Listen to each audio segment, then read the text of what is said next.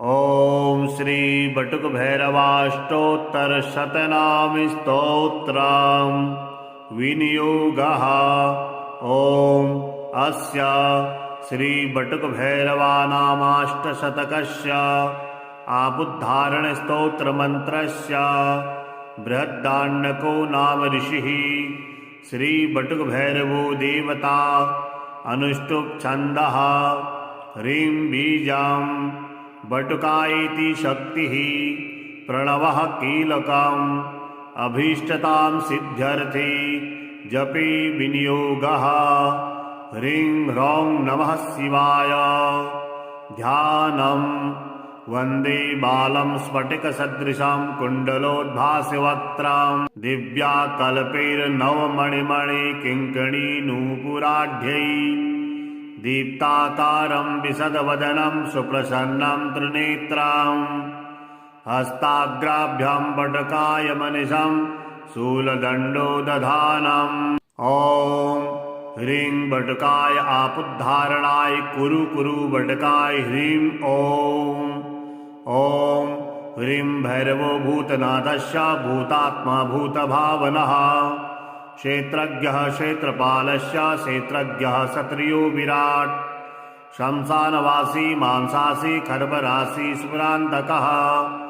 रक्तपः पानपः सिद्धः सिद्धितः सिद्धसेवितः कंकालः कालसमनः क्लाकाष्ठातनुः कविः त्रिनेत्रो बहुनेत्रश्च तथा पिङ्गललोचनः शूलपाणि खड्गपाणि कंकाली धूम्रलोचनः अविरुर्भैरवीनाथो भूतपो योगनीपतिः धनदो धनहारी च धनवान् प्रतिभानवान् नागहारो नागकेशो व्योमकेशो कपालभ्री काला कपालमाली च कमनीया कलानिधि त्रिलोचनो जलनेत्रस्त्रिशिखी च त्रिलोकभ्री त्रिनेत्रतनयोडिम्बः शान्ता शान्ता जनप्रियः बटको बटुवेशस्य खड्वाङ्वरधारकः भूताध्यक्षो पशुपतिः भिक्षुकः परिचारकः धूर्तोर्दिगम्बरः सूरो हरिणः पाण्डुलोचनः प्रशान्ता शान्तिदा शुद्धः शङ्करप्रियबान्धवः अष्टमूर्तिर्देशश्च ज्ञानचक्षुस्तपोमयः अष्टाधारः षडाधारः सर्वयुक्तः शिखी सखः भूधरो भूधराधीशो भूपतिर्भूधरात्मजः कंकालधारी मुंडी च नागयज्ञोपवीतिकः जिह्वणो मोहनस्तंभी मारणं सोमबळस्तथा शुद्धो नीलाञ्जनप्रख्यो प्रदैत्यः मुण्डविभूषितः बलिर्भुङ्नाथो बालो बालपराक्रमः सर्वापत्तारणो दुर्गो दुष्टभोजनसेवितः कामी कलानिधिः कान्ता कामनी वसकृतवसी सर्वसिद्धवृतो वैद्यः प्रविष्टरतिवहि अष्टोत्तरं शतं नाम्ना भैरवस्य महात्मनः श्रीबटुकभैरवाय नमः। वन्दे बालं स्फटिकसदृशं कुण्डलोद्भासवक्त्रं दिव्याकल्पैर्नवमणिमणि किङ्कणीनूपुराढ्यै दीप्ताकारं विशदवदनं सुप्रसन्नं त्रिनेत्रं हस्ताग्राभ्यां बटकाय मनिषं शूलदण्डो दधानम्। ॐ ह्रीं बटकाय आपुद्धारणाय कुरु कुरु बटकाय ह्रीं ॐ ह्रीं भैरवो भूतनाथस्य भूतात्मा भूतभावनः क्षेत्रज्ञः क्षेत्रपालस्य क्षेत्रज्ञः क्षत्रियो विराट् शंसानवासी मांसासी खर्वरासी स्मरान्तकः रक्तपः पानपः सिद्धः सिद्धितः सिद्धसेवितः कंकालः कालसमनः क्लाकाष्ठातनुः कविः त्रिनेत्रो बहुनेत्रश्च तथा पिङ्गललोचनः शूलपाणि खड्गपाणि कंकाली धूम्रलोचनः अविरुर्भैरवीनाथो भूतपो योगनीपतिः धनदो धनहारी च धनवान् प्रतिभानवान् नागहारो नागकेशो व्योमकेशो कपालभ्री काला कपालमाली च कमनीया कलानिधि त्रिलोचनो जलनेत्रस्त्रिशिखी च त्रिलोकभ्री त्रिनेत्रतनयोडिम्बः शान्ता शान्ता जनप्रियः बटको बटवेशस्य खड्वाङ्गवरधारकः भूताध्यक्षो पशुपतिः भिक्षुकः परिचारकः धूर्तोर्दिगम्बरः सूरो हरिणः पाण्डुलोचनः प्रशान्ता शान्तिदा शुद्धा शङ्करप्रियबान्धवः अष्टमूर्तिर्देशश्च ज्ञानचक्षुस्तपोमयः अष्टाधारः षडाधारः सर्वयुक्तः शिखी सखः भूधरो भूधराधीशो भूपतिर्भूधरात्मजः कंकालधारी मुंडी च नागयज्ञोपवीतिकः जिह्वणो मोहनस्तंभी मारणं सोमबड़स्तथा शुद्धो नीलाञ्जनप्रख्यः प्रदैत्यः मुण्डविभूषितः बलिर्भुङ्नाथो बालो बालपराक्रमः सर्वापत्तारणो दुर्गो दुष्टभोजनसेवितः कामी कलानिधिः कान्ता कामनी वस्कृतवसी सर्वसिद्धवृतो वैद्यः प्रविष्टरतिवहि अष्टोत्तरं शतं नाम्ना भैरवस्य महात्मनः श्रीबटुकभैरवाय नमः। वन्दे बालं स्फटिकसदृशं कुण्डलोद्भासवक्त्रं दिव्याकल्पैर्नवमणिमणिकिङ्कणीनूपुराढ्यै दीप्ताकारं विशदवदनं सुप्रसन्नं त्रिनेत्रं हस्ताग्राभ्यां बटकायमनिशं शूलदण्डो दधानम् ॐ ह्रीं बटकाय आपुद्धारणाय कुरु कुरु बटकाय ह्रीं ॐ ह्रीं भैरवो भूतनाथस्य भूतात्मा भूतभावनः क्षेत्रज्ञः क्षेत्रपालस्य क्षेत्रज्ञः क्षत्रियो विराट् शंसानवासी मांसासी खर्वरासी स्मरान्तकः रक्तपः पानपः सिद्धः सिद्धितः सिद्धसेवितः कंकालः कालसमनः क्लाकाष्ठातनुः कविः त्रिनेत्रो बहुनेत्रश्च तथा पिङ्गललोचनः शूलपाणि खड्गपाणि कंकाली धूम्रलोचनः अविरुरभैरवीनाथो भूतपो योगनीपतिः धनदो धनहारी च धनवान् प्रतिभानवान् नागहारो नागकेशो व्योमकेशो कपालभ्री काला कपालमाली च कमनीया कलानिधि त्रिलोचनो जलनेत्रस्त्रिशिखी च त्रिलोकभ्री त्रिनेत्रतनयोडिम्बः शान्ता शान्ता जनप्रियः बटको बटवेशस्य खड्वाङ्गवरधारकः भूताध्यक्षो पशुपतिः भिक्षुकः परिचारकः धूर्तोर्दिगम्बरः सूरो हरिणः पाण्डुलोचनः प्रशान्ता शान्तिदा शुद्धा शङ्करप्रियबान्धवः अष्टमूर्तिर्देशश्च ज्ञानचक्षुस्तपोमयः अष्टाधारः षडाधारः सर्वयुक्तः शिखी सखः भूधरो भूधराधीशो भूपतिर्भूधरात्मजः कंकालधारी मुंडी च नागयज्ञोपवीतिकः जिह्वणो मोहनस्तंभी मारणं सोमबड़स्तथा शुद्धो नीलाञ्जनप्रख्यः प्रदैत्यः मुण्डविभूषितः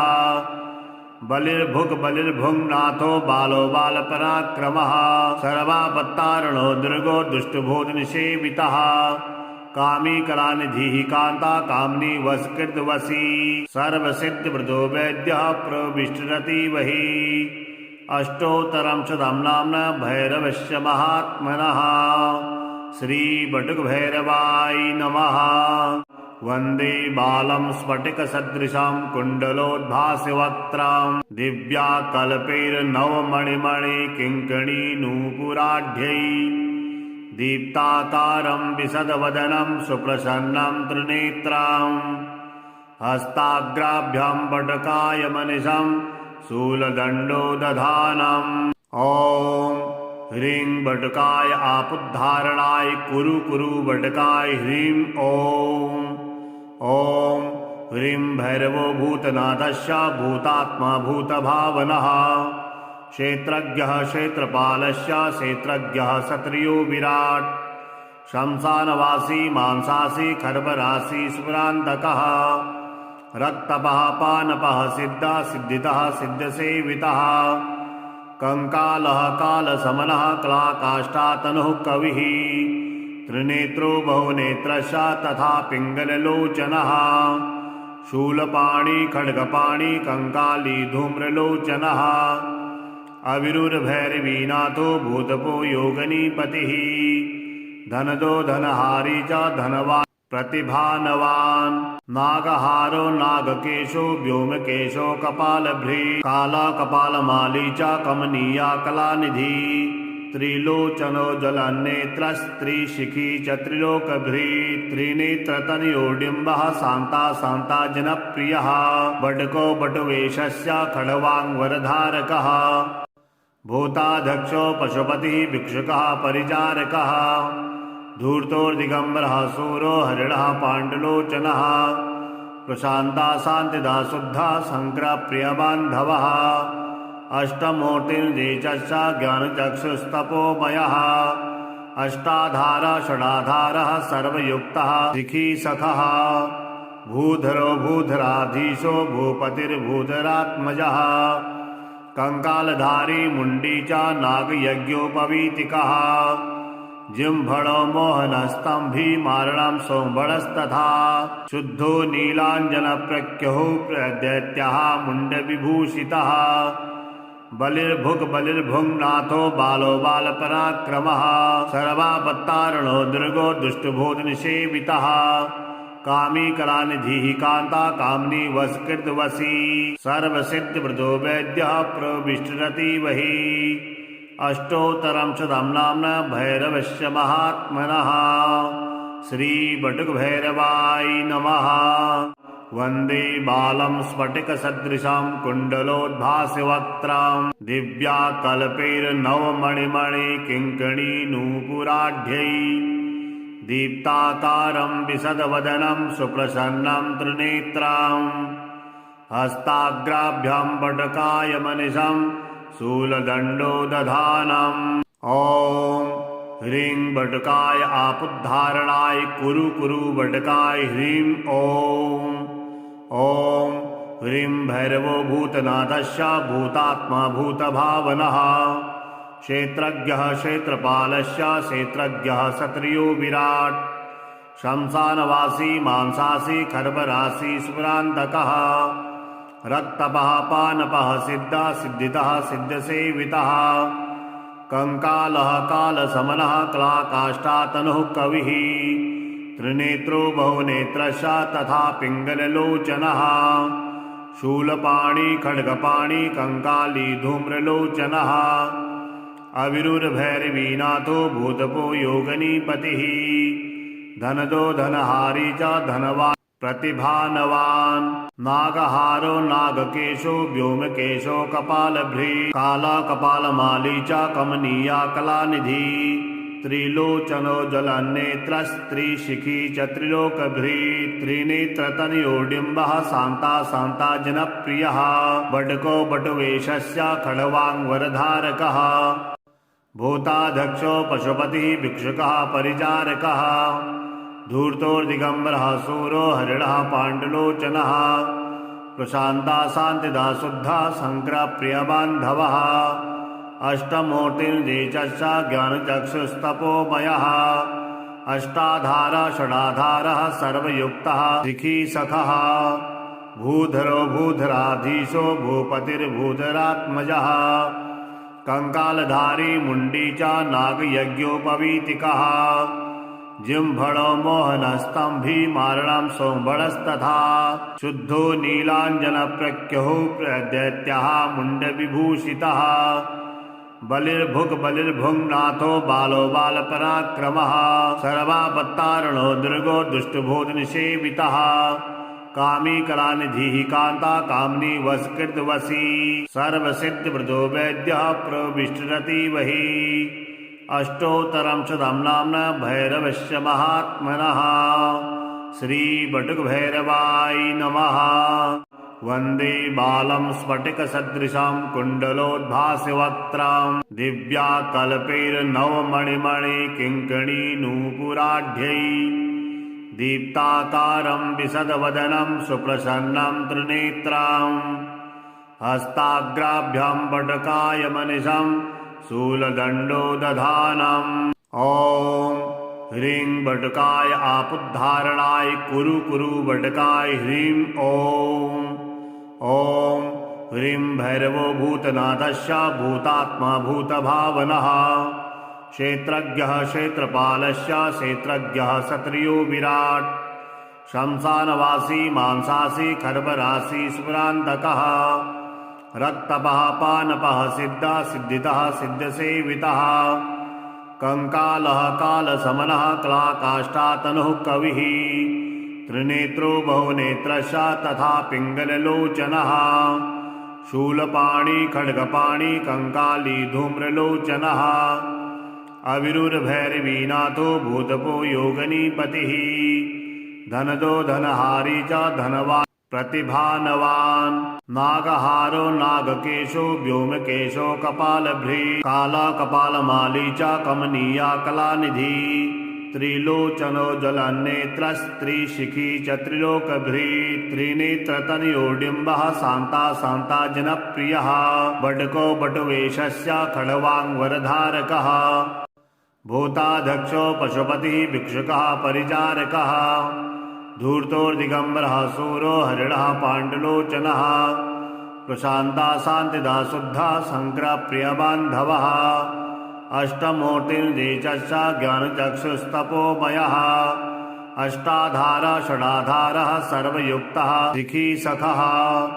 भूधरो भूधराधीशो भूपतिर्भूधरात्मजः कंकालधारी मुंडी च नागयज्ञोपवीतिकः जिह्वणो मोहनस्तंभी मारणं सोमबलस्तथा शुद्धो नीलाञ्जनप्रख्यो दैत्यः मुण्डविभूषितः बलिर्भुङ्नाथो बालो बालपराक्रमः सर्वापत्तारणो दुर्गो दुष्टभोजनसेवितः कामी कलानिधिः कान्ता कामनी वसकृतवसी सर्वसिद्धवृदो वैद्यः प्रविष्टरतिवहि अष्टोत्तरं शतं नाम्ना भैरवस्य महात्मनः श्रीबटुकभैरवाय नमः। वन्दे बालं स्फटिकसदृशं कुण्डलोद्भासवक्त्रं दिव्याकल्पैर्नवमणिमणिकिङ्कणीनूपुराढ्यै दीप्ताकारं विशदवदनं सुप्रसन्नं त्रिनेत्रं हस्ताग्राभ्यां वटकायमनिशं शूलदण्डो दधानम् ॐ ह्रीं वटकाय आपुद्धारणाय कुरु कुरु वटकाय ह्रीं ॐ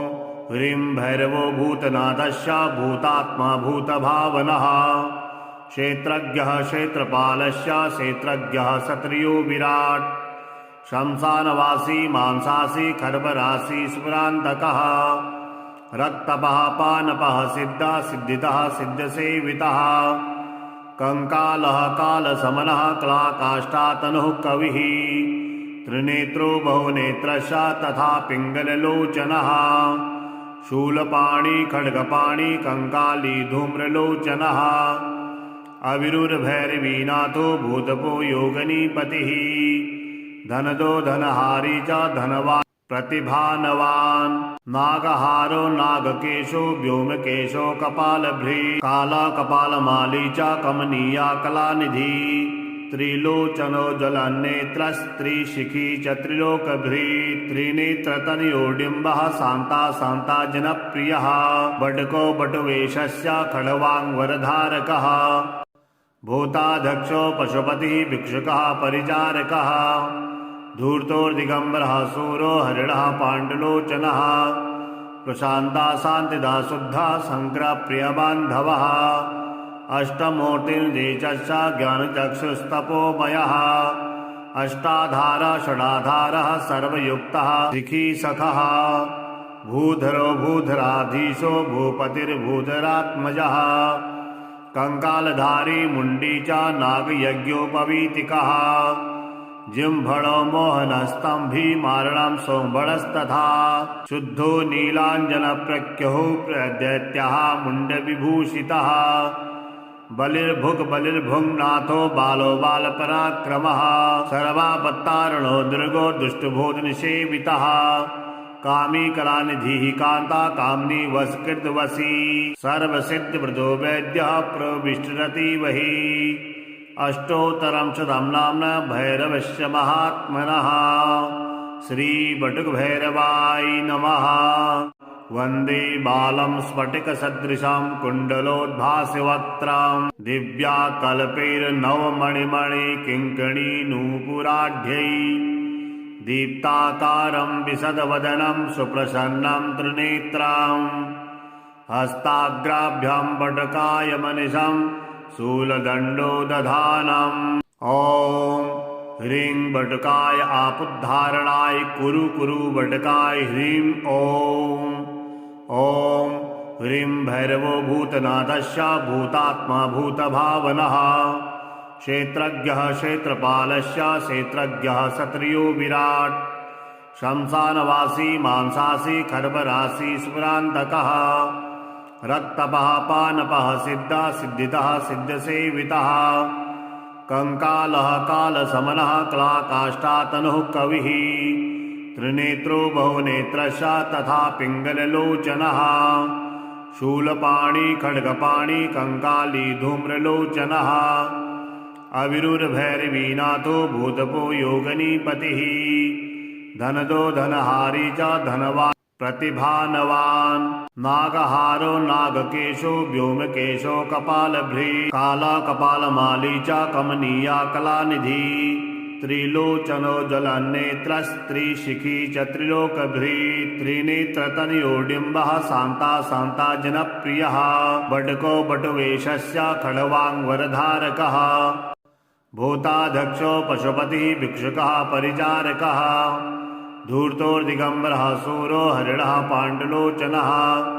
प्रशान्ता शान्तिदा शुद्धः शङ्करप्रियबान्धवः अष्टमूर्तिर्देचश्च ज्ञानचक्षुस्तपोमयः अष्टाधारः षडाधारः सर्वयुक्तः शिखीसखः भूधरो भूधराधीशो भूपतिर्भूधरात्मजः कंकालधारी मुण्डी च नागयज्ञोपवीतिकः जिह्वणो मोहनस्तं भीमार्णं सोमबलस्तथा शुद्धो नीलाञ्जनप्रख्यो प्रदैत्यः मुण्डविभूषितः बलिर्भुक् बलिर्भुङ्नाथो बालो बालपराक्रमः सर्वापत्तारणो दुर्गो दुष्टभोजनसेवितः कामी कलानिधिः कान्ता कामनी वसकृतवसी सर्वसिद्धवृतो वैद्यः प्रविष्टरतिवहि अष्टोत्तरं शतं नाम्ना भैरवस्य महात्मनः श्रीबटुकभैरवाय नमः। वन्दे बालं स्फटिकसदृशं कुण्डलोद्भासवक्त्रं दिव्याकल्पैर्नवमणिमणिकिङ्कणीनूपुराढ्यै दीप्ताकारं विशदवदनं सुप्रसन्नं त्रिनेत्रं हस्ताग्राभ्यां बटकाय मनिषं शूलदण्डो दधानम्। ॐ ह्रीं बटकाय आपुद्धारणाय कुरु कुरु बटकाय ह्रीं ॐ ह्रीं भैरवो भूतनाथस्य भूतात्मा भूतभावनः क्षेत्रज्ञः क्षेत्रपालस्य क्षेत्रज्ञः क्षत्रियो विराट् शंसानवासी मांसासी खर्वरासी स्मरान्तकः रक्तपः पानपः सिद्धः सिद्धितः सिद्धसेवितः कंकालः कालसमनः क्लाकाष्ठातनुः कविः त्रिनेत्रो बहुनेत्रश्च तथा पिङ्गललोचनः शूलपाणि खड्गपाणि कंकाली धूम्रलोचनः अविरुरभैरवीनाथो भूतपो योगनीपतिः धनदो धनहारी च धनवान् प्रतिभानवान् नागहारो नागकेशो व्योमकेशो कपालभ्री काला कपालमाली च कमनीया कलानिधि त्रिलोचनो जलनेत्रस्त्रिशिखी च त्रिलोकभ्री त्रिनेत्रतनयोडिम्बः शान्ता शान्ता जनप्रियः बटको बटुवेशस्य खड्वाङ्वरधारकः भूताध्यक्षो पशुपतिः भिक्षुकः परिचारकः धूर्तोर्दिगम्बरः सूरो हरिणः पाण्डुलोचनः प्रशान्ता शान्तिदा शुद्धा शङ्करप्रियबान्धवः अष्टमूर्तिर्देशश्च ज्ञानचक्षुस्तपोमयः अष्टाधार षडाधारः सर्वयुक्तः शिखी सखः भूधरो भूधराधीशो भूपतिर्भूधरात्मजः कंकालधारी मुंडी च नागयज्ञोपवीतिकः जिह्वणो मोहनस्तंभी मारणं सोमबलस्तथा शुद्धो नीलाञ्जनप्रख्यो प्रदैत्यः मुण्डविभूषितः बलिर्भुङ्नाथो बालो बालपराक्रमः सर्वापत्तारणो दुर्गो दुष्टभूतनिषेवितः कामी कलानिधिः कान्ता कामनी वसकृतवसी सर्वसिद्धवृतो वैद्यः प्रविष्टरतिवहि अष्टोत्तरं शतं नाम्ना भैरवस्य महात्मनः श्रीबटुकभैरवाय नमः। वन्दे बालं स्फटिकसदृशं कुण्डलोद्भासवक्त्रं दिव्याकल्पैर्नवमणिमणिकिङ्कणीनूपुराढ्यै दीप्ताकारं विशदवदनं सुप्रसन्नं त्रिनेत्रं हस्ताग्राभ्यां बटकाय मनिषं शूलदण्डो दधानम् ॐ ह्रीं बटकाय आपुद्धारणाय कुरु कुरु बटकाय ह्रीं ॐ ह्रीं भैरवो भूतनाथस्य भूतात्मा भूतभावनः क्षेत्रज्ञः क्षेत्रपालस्य क्षेत्रज्ञः क्षत्रियो विराट् शंसानवासी मांसासी खर्बरासी स्मरान्तकः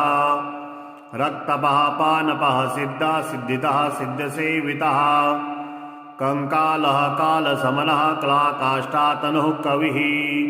त्रिनेत्रो बहुनेत्रश्च तथा पिङ्गललोचनः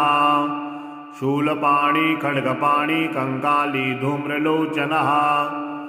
अविरुर्भैरवीनाथो भूतपो योगनीपतिः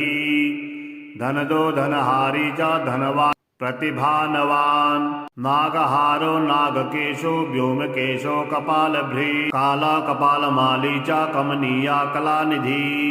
त्रिलोचनो जलनेत्रस्त्रिशिखी च त्रिलोकभ्री त्रिनेत्रतनयोडिम्बः शान्ता शान्ता जनप्रियः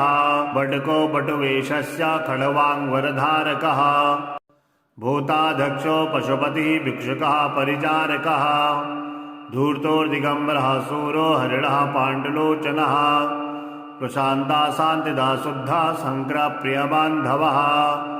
अष्टमूर्तिर्देशश्च ज्ञानचक्षुस्तपोमयः अष्टाधार षडाधारः सर्वयुक्तः शिखी सखः भूधरो भूधराधीशो भूपतिर्भूधरात्मजः कंकालधारी मुंडी च नागयज्ञोपवीतिकः जिह्वणो मोहनस्तंभी मारणं सोमबलस्तथा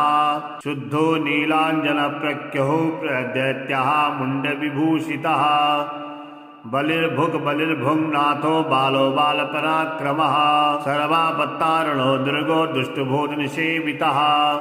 कामी कलानिधिः कान्ता कामनी वसकृतवसी सर्वसिद्धवृतो वैद्यः प्रविष्टरतिवहि अष्टोत्तरं शतं नाम्ना भैरवस्य महात्मनः श्रीबटुकभैरवाय नमः। वन्दे बालं स्फटिकसदृशं कुण्डलोद्भासवक्त्रं दिव्याकल्पैर्नवमणिमणिकिङ्कणीनूपुराढ्यै दीप्ताकारं विशदवदनं सुप्रसन्नं त्रिनेत्रं हस्ताग्राभ्यां बटकाय मनिषं शूलदण्डो दधानम् ॐ ह्रीं बटकाय आपुद्धारणाय कुरु कुरु बटकाय ह्रीं ॐ ह्रीं भैरवो भूतनाथस्य भूतात्मा भूतभावनः क्षेत्रज्ञः क्षेत्रपालस्य क्षेत्रज्ञः क्षत्रियो विराट् शंसानवासी मांसासी खर्बरासी स्मरान्तकः रक्तपः पानपः सिद्धः सिद्धितः सिद्धसेवितः कंकालः कालसमनः क्लाकाष्ठातनुः कविः त्रिनेत्रो बहुनेत्रश्च तथा पिङ्गललोचनः शूलपाणि खड्गपाणि कंकाली धूम्रलोचनः अविरुर्भैरवीनाथो भूतपो योगनीपतिः धनदो धनहारी च धनवान् प्रतिभानवान् नागहारो नागकेशो व्योमकेशो कपालभ्री काला कपालमाली च कमनीया कलानिधि त्रिलोचनो जलनेत्रस्त्रिशिखी च त्रिलोकभ्री त्रिनेत्रतनयोडिम्बः शान्ता शान्ता जनप्रियः बटको बटवेशस्य खड्वाङ्गवरधारकः भूताध्यक्षो पशुपतिः भिक्षुकः परिचारकः धूर्तोर्दिगम्बरः सूरो हरिणः पाण्डुलोचनः प्रशान्ता शान्तिदा शुद्धः शङ्करप्रियबान्धवः अष्टमूर्तिर्निचश्च ज्ञानचक्षुस्तपोमयः अष्टाधारः षडाधारः सर्वयुक्तः शिखी सखः भूधरो भूधराधीशो भूपतिर्भूधरात्मजः कंकालधारी मुंडी च नागयज्ञोपवीतिकः जिह्वणो मोहनस्तंभी मारणं सोमबलस्तथा शुद्धो नीलाञ्जनप्रख्यः प्रदैत्यः मुण्डविभूषितः बलिर्भुङ्नाथो बालो बालपराक्रमः सर्वापत्तारणो दुर्गो दुष्टभोजनसेवितः कामी कलानिधिः कान्ता कामनी वसकृतवसी सर्वसिद्धवृतो वैद्यः प्रविष्टरतिवहि अष्टोत्तरं शतं नाम्ना भैरवस्य महात्मनः। श्रीबटुकभैरवाय नमः।